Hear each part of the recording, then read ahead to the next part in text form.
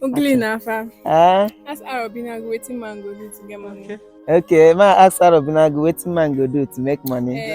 Okay, asị m ogene na-afa sị arụ obute asị nkekwe nke nwa agbọghọbịa na-ajụ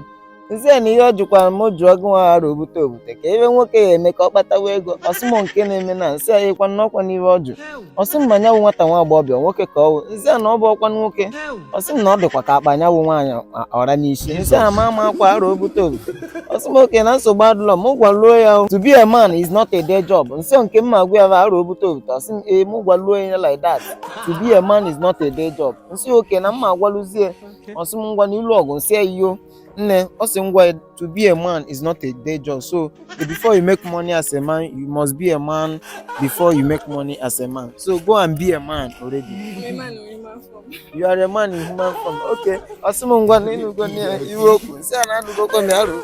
ọsị m ngwa n'ilu ọgụ nsị ya iyo